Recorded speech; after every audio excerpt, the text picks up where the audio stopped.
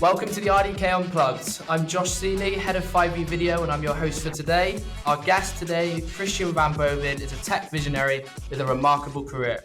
He's pioneered IP video services, led a $100 million plus business unit at NAGRA, and transformed the industry. He excels in turning around projects, cost reduction, and fostering innovation. He's launched groundbreaking products and championed agile methodologies. Today, we discuss RDK-V's community evolution, device and app security, IoT security, connected TVs, and the importance of standardization across RDK. We recently caught up at IBC and the RDK Global Summit, and I can say firsthand that he's well-versed in the industry and can add a lot of value to our viewers. To join us for an insightful conversation with Christian, let's dive in. Don't forget to subscribe for more tech insights. Hello, everybody. This is Josh. I'm the head of 5V Video. Today, we are in episode 2 of the RDK Unplugged series with Christian Van Boven, who had recently completed work as the SVP of NAGRA. Christian, good afternoon. How's your day been? How's your week been? It's excellent. We managed to recover a bit from IBC, and so it's been an interesting while. I also enjoyed the RDK Global Summit, which had a very good turnout and which was in an exceptional setting with an exceptional set of people as well. So that was all good. Good. Yeah, maybe let's talk about the summit for a quick second. I really enjoyed it as well. It seemed like some good innovations that I imagine we'll carry on our conversation to today. But I guess what was maybe a key takeaway from you from it? Yes, so I think there was a good mix of new technology, and we see that there is new exciting things happening as it is relevant for Lightning, for the video ecosystem, but also for IoT. That was all very good news. There was a few unexpected new customers that were announced as well in some parts of the world where RDK hadn't been so much present. So there was a good mix of some things which were maybe a bit to be expected, but also things that frankly I wasn't quite expecting. So it was really good. And of course, the best part is always to see a lot of people. I met a few people I hadn't seen in like a decade. And so there was also surprises, mostly good ones at that as well. Good. Yeah, the best part is seeing the people, right? We felt that as well. And I think the show and the summit emphasized the community that it is and what it's become. But no, that's good. So I guess to kind of kick off the conversation, I think the first topic for us and for me was RDK-V's community evolution, I guess leading on quite nicely from what we spoke about. What's, I guess, been the evolution from your side with RDK-V over the years?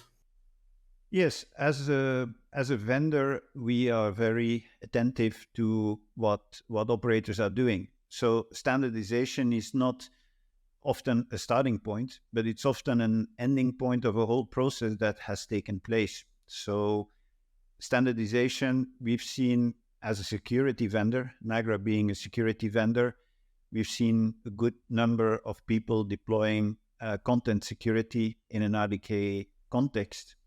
So we had seen a number of attempts to bring security, good content security into RDK.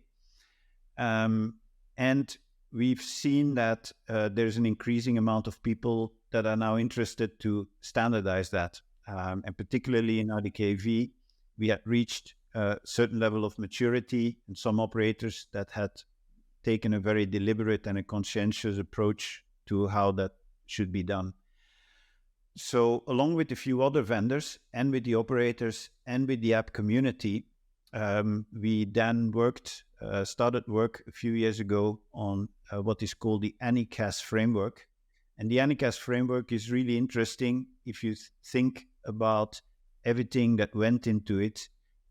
For example, we tried to make sure that the responsibilities for all the actors in the ecosystem were very clearly defined and were kind of loosely coupled whenever it made sense. For example, for CAS, and on the security side, we could decouple it to a large extent with broadcast stacks, for example.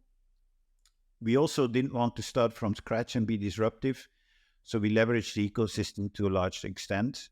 We were able to use the SOC vendors, for example, and their accumulated expertise very well in this exercise, and they were very helpful as well.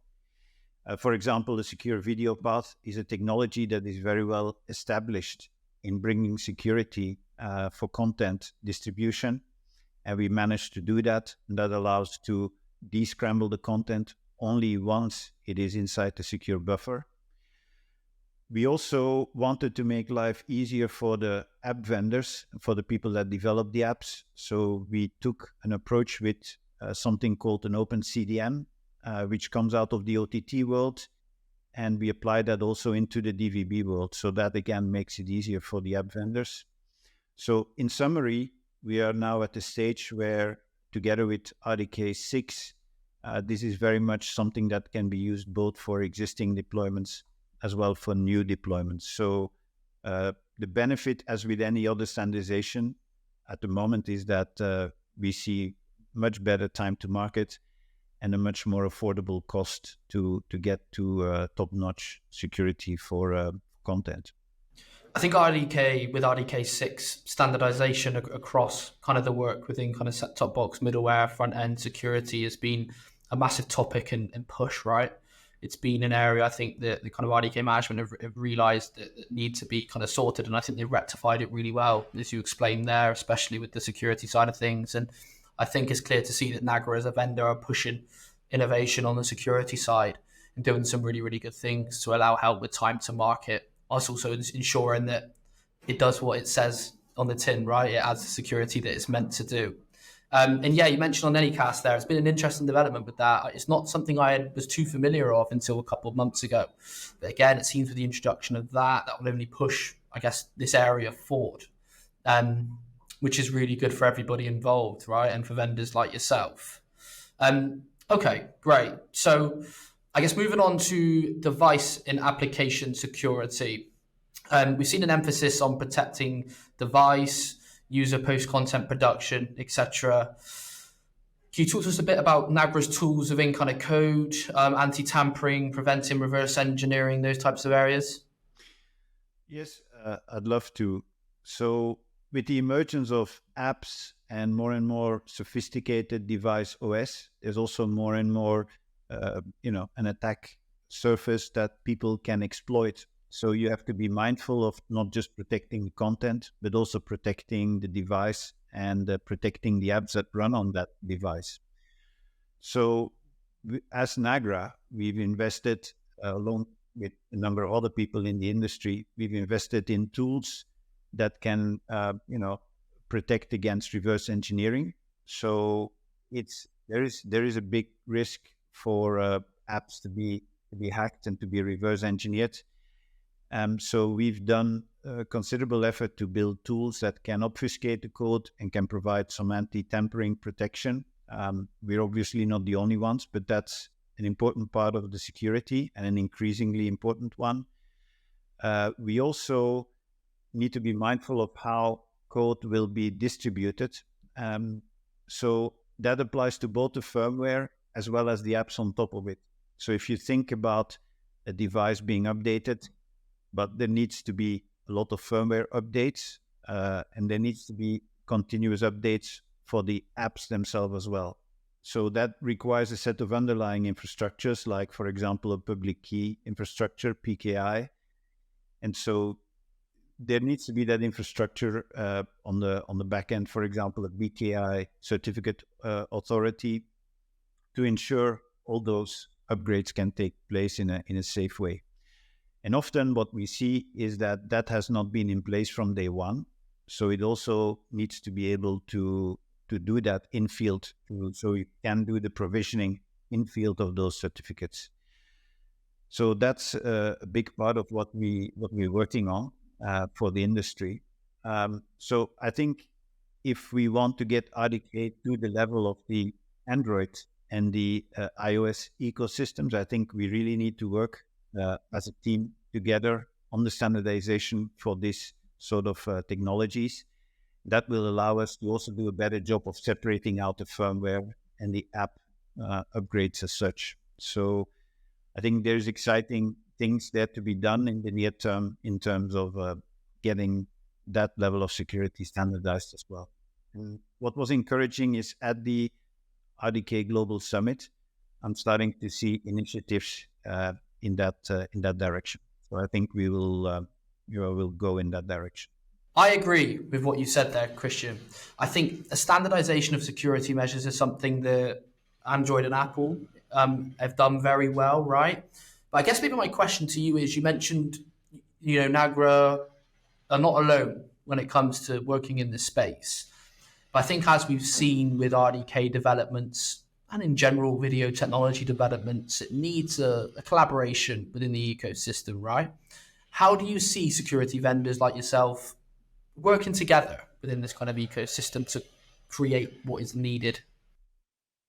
Yes, I think there's of course the standards like PKI, and if we take a look, for example, at IoT, I think that's a very good example. In IoT, there's been concerted effort in Matter, to which NAGRA is one of the many participants. It's really a very broad industry-wide effort, and we have seen that with Matter, there's a good set of security measures that has been brought in.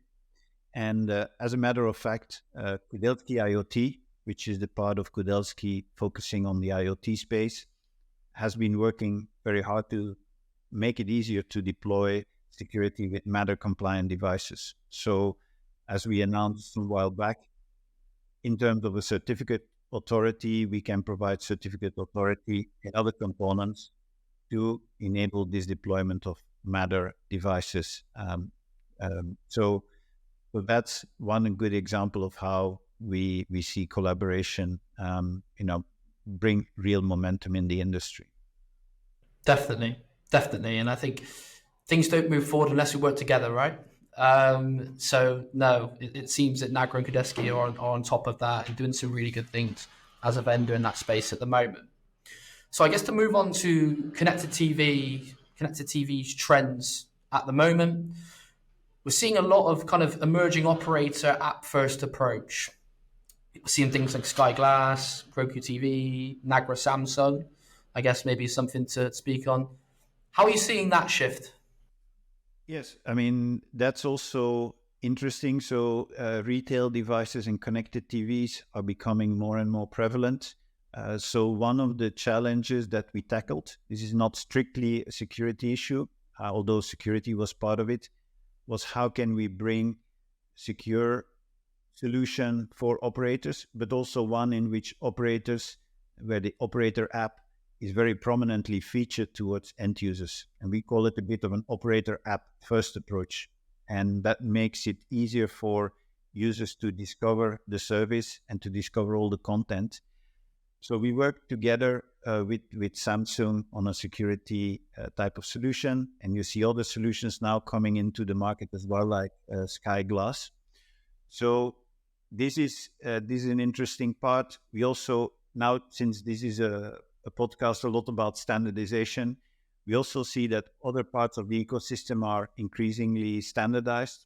So for example, on connected TVs, you see an increasing trend towards web-based video playback. So standards like EME, MSE are coming into the connected TV ecosystem.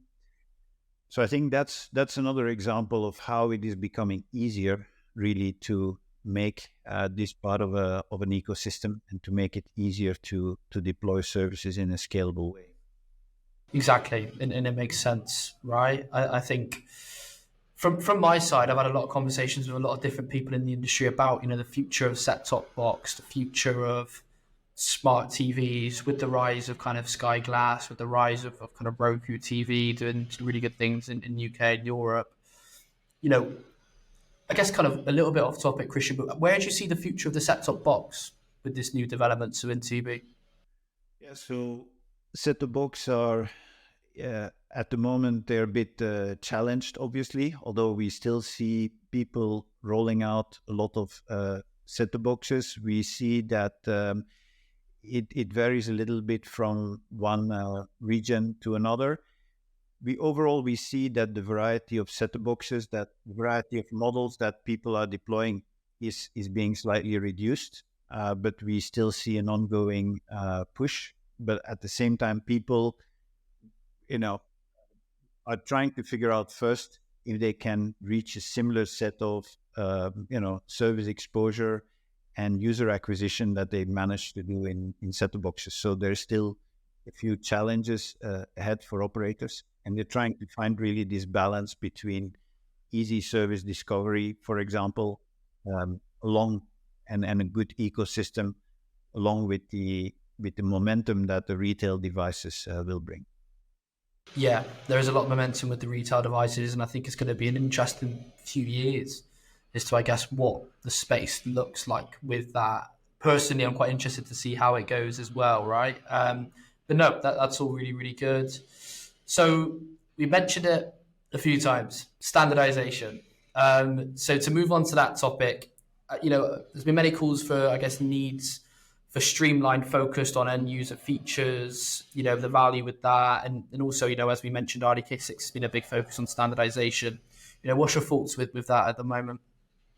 Yes, I think standardization can simplify the discussion. So what we are seeing is if you are pre-standardization, there's a lot of effort, a lot of energy that is spent on selecting components, figuring out how certain things are done. And it's often a debate that is happening over and over again. So there's too much time spent on components. So what standardization really brings is that it can change the discussion, and it can allow people to focus really on what is good for the end user, what are the features for the end user, rather than having to worry what is the underlying componentry or how it should be integrated. So I think any successful ecosystem probably wants to leverage such standardization to speed up time to market, to bring a more attractive service offer for end users. So standardization is not just a technical debate, but it's really fundamental, I think, to have a competitive and interesting offer in the market, and also to have really the benefit of trust from the whole ecosystem. I think it's really building trust, and it makes people believe that certain things can be achieved in a given time frame. So those are important things.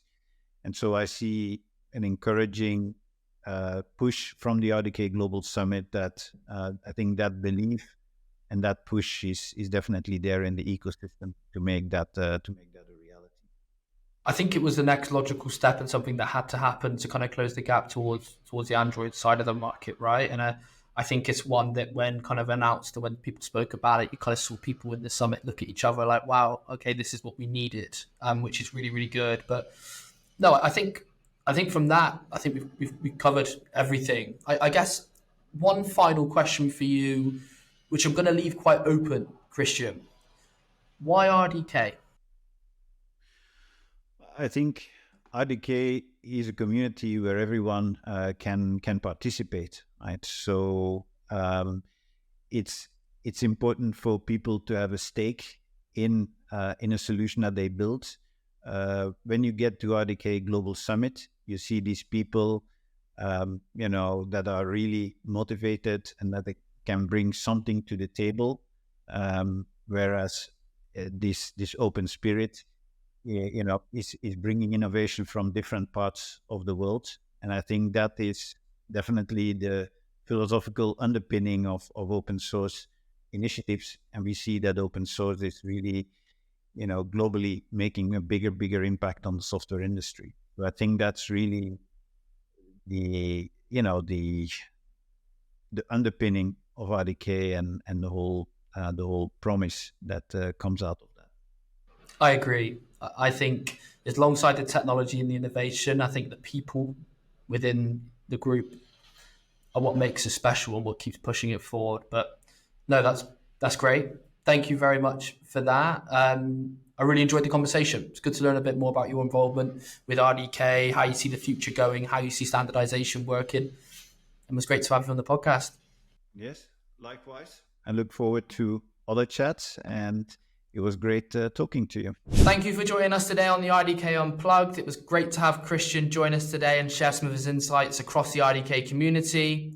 Some key takeaways from me are the work that RDK is doing within app standardization, as well as standardization for the security operators within the ecosystem. We're always on the lookout for more guests. So if you would like to join us and share your insights on the podcast, feel free to comment below for us to come back to you. Contact me directly, and to be the first to see the next episode, remember to like, subscribe, and comment. Thank you.